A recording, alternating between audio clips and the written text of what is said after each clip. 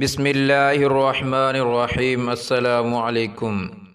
جنگ خندق میں حضرت حذیفہ رضی اللہ عنہ کی جاسوسی کا واقعہ جاننے کے لیے اس ویڈیو کو مکمل دیکھیں اور اس چینل کو سبسکرائب کریں۔ بیان کیا جاتا ہے کہ حضرت حذیفہ بن یمان رضی اللہ تعالیٰ عنہ سے ایک شخص نے جو کوفے کے رہنے والا تھا کہا کہ اے ابو عبداللہ، تم بڑے خوش نصیب ہو کہ تم نے رسول اللہ صلی اللہ علیہ وسلم کو دیکھا اور ان کی مجلس میں بیٹھا کرتے تھے، تو تم کیا کیا کرتے تھے؟ حضرت حذیفہ رضی اللہ تعالیٰ عنہ نے فرمایا، واللہ ہم جان نثاریاں کیا کرتے تھے۔ نوجوان فرمانے لگے، سنیے چچا، اگر ہم حضور صلی اللہ علیہ وسلم کے زمانے کو پاتے تو واللہ آپ کے پاؤں بھی زمین پر رکھنے نہ دیتے۔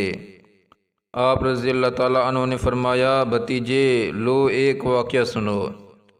جنگ خندق کے موقع پر رسول اللہ صلی اللہ علیہ وسلم بڑی رات تک نماز پڑھتے رہے۔ فارغ ہو کر دریافت فرمایا کہ کوئی ہے جو جا کر لشکر کفار کی خبر لائے۔ اللہ کے نبی صلی اللہ علیہ وسلم یہ وعدہ کرتے ہیں کہ وہ جنت میں داخل ہوگا۔ کوئی کھڑا نہ ہوا کیونکہ خوف کی، بھوک کی، سردی کی انتہا تھی۔ پھر آپ صلی اللہ علیہ وسلم دیر تک نماز پڑھتے رہے۔ پھر فرمایا، ہے کوئی جو جا کر یہ خبر لا دے کہ مخالفین نے کیا کیا؟ اللہ کے رسول صلی اللہ علیہ وسلم اسے مطمئن کرتے ہیں کہ وہ ضرور واپس آئے گا، اور میری دعا ہے کہ اللہ تعالیٰ اسے جنت میں میرا رفیق کرے گا۔ اس بار بھی کوئی کھڑا نہ ہوا، اور کھڑا ہوتا بھی کیسے؟ بھوک کے مارے پیٹ کمرے سے لگے ہوئے تھے، سردی کے مارے دانت بج رہے تھے، خوف کے مارے پتے پانی ہو رہے تھے۔ بالآخر میرا نام لے کر رسول اللہ صلی اللہ علیہ وسلم نے آواز دی۔ اب تو کھڑے ہوئے بغیر چارہ ہی نہیں تھا۔ فرمانے لگے، حذیفہ تو جا اور دیکھ کہ وہ اس وقت تک کیا کر رہے ہیں۔ دیکھ جب تک میرے پاس واپس نہ پہنچ جائے کوئی نیا کام نہ کرنا۔ میں نے بہت خوب کہہ کر اپنی راہ لی اور جرأت کر کے مشرق میں گھس گیا۔ وہاں جا کر عجیب حال دیکھا کہ دکھائی نہ دینے والے اللہ کے لشکر اپنا کام پھرتے سے کر رہے ہیں۔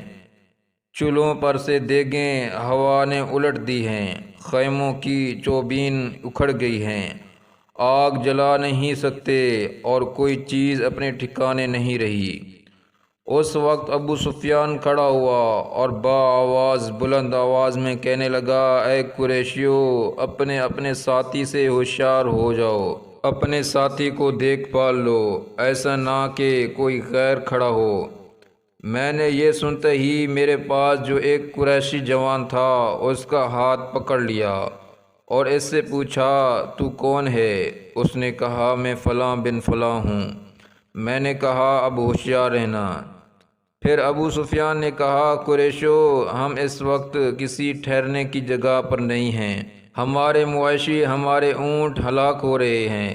بنو قریظہ نے ہم سے وعدہ خلافی کی، اس نے ہمیں بڑی تکلیف پہنچائی، پھر اس ہوا نے ہمیں پریشان کر رکھا ہے، ہم پکا کر کھا نہیں سکتے، آگ تک جلا نہیں سکتے، خیمے اپنی جگہ ٹھہر نہیں رہے۔ میں تو تنگ آ گیا ہوں اور میں نے تو ارادہ کر لیا ہے کہ واپس ہو جاؤں۔ بس میں تم سب کو حکم دیتا ہوں کہ واپس چلو۔ اتنا کہتے ہی اپنے اونٹ پر جو بندھا ہوا بیٹھا تھا جڑ گیا اور اسے پاؤں مارا کہ وہ 3 پاؤں سے ہی کھڑا ہو گیا۔ پھر اس کا پاؤں کھولا۔ اس وقت ایسا موقع تھا کہ میں ایک تیر میں ہی ابو سفیان کا کام تمام کر دیتا، لیکن رسول اللہ صلی اللہ علیہ وسلم نے مجھ سے فرما دیا تھا کہ کوئی نیا کام نہ کرنا، اس لیے میں نے اپنے دل کو روک لیا۔ اب میں واپس لوٹا اور اپنے لشکر میں آ گیا۔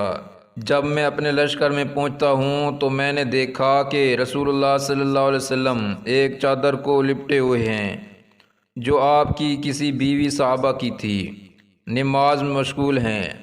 آپ نے مجھے دیکھ کر اپنے پیروں کی درمیان بٹھا لیا اور چادر مجھے بھی اڑا دی، پھر رکوع و سجود کیا اور میں وہی چادر اوڑے بیٹھا رہا۔ جب آپ فارغ ہوئے تو میں نے سارا واقعہ بیان کیا۔ قریشوں کے واپس لوٹ جانے کی خبر جب قبیلہ غطفان کو پہنچی تو انہوں نے بھی سامان باندھا اور واپس لوٹ گئے۔ روایت میں ہے حضرت حذیفہ رضی اللہ تعالیٰ عنہ فرماتے ہیں جب میں چلا تو باوجود کڑاکے کی سردی کے قسم اللہ کی مجھے یہ محسوس ہوتا تھا کہ گویا میں کسی گرم حمام میں ہوں۔ اس میں یہ بھی ہے کہ جب میں لشکر کفار میں پہنچا اسی وقت ابو سفیان آگ سلگوئے ہوئے تاپ رہا تھا۔ میں نے اسے دیکھ کر پہچان کر اپنا کمان چڑھا لیا اور وہ بالکل میرے سامنے ہی تھا۔ ناممکن تھا کہ میرا نشانہ خالی ہو جائے، لیکن مجھے رسول اللہ صلی اللہ علیہ وسلم کا یہ فرمان یاد آ گیا کہ کوئی ایسی حرکت نہ کرنا کہ وہ چوکنے ہو کر جائے، تو میں نے اپنا ارادہ ترک کر دیا۔ جب میں واپس آیا اس وقت بھی مجھے کوئی سردی محسوس نہ ہوئی، بلکہ یہ معلوم ہو رہا تھا کہ گویا میں حمام میں چل رہا ہوں۔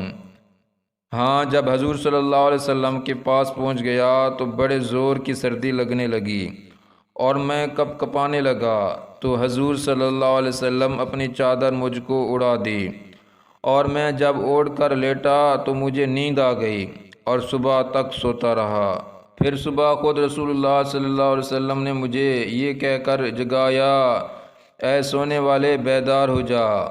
اور روایت میں یہ بھی ہے کہ جب اس تابعی نے کہا کہ کاش کہ ہم رسول اللہ صلی اللہ علیہ وسلم کو دیکھتے اور آپ کے زمانے کو پاتے، تو حذیفہ رضی اللہ تعالیٰ عنہ نے کہا کہ کاش تم جیسا ایمان ہمیں بھی نصیب ہوتا کہ باوجود نہ دیکھنے کے پورا اور پختہ عقیدہ رکھتے ہو۔ سبحان اللہ۔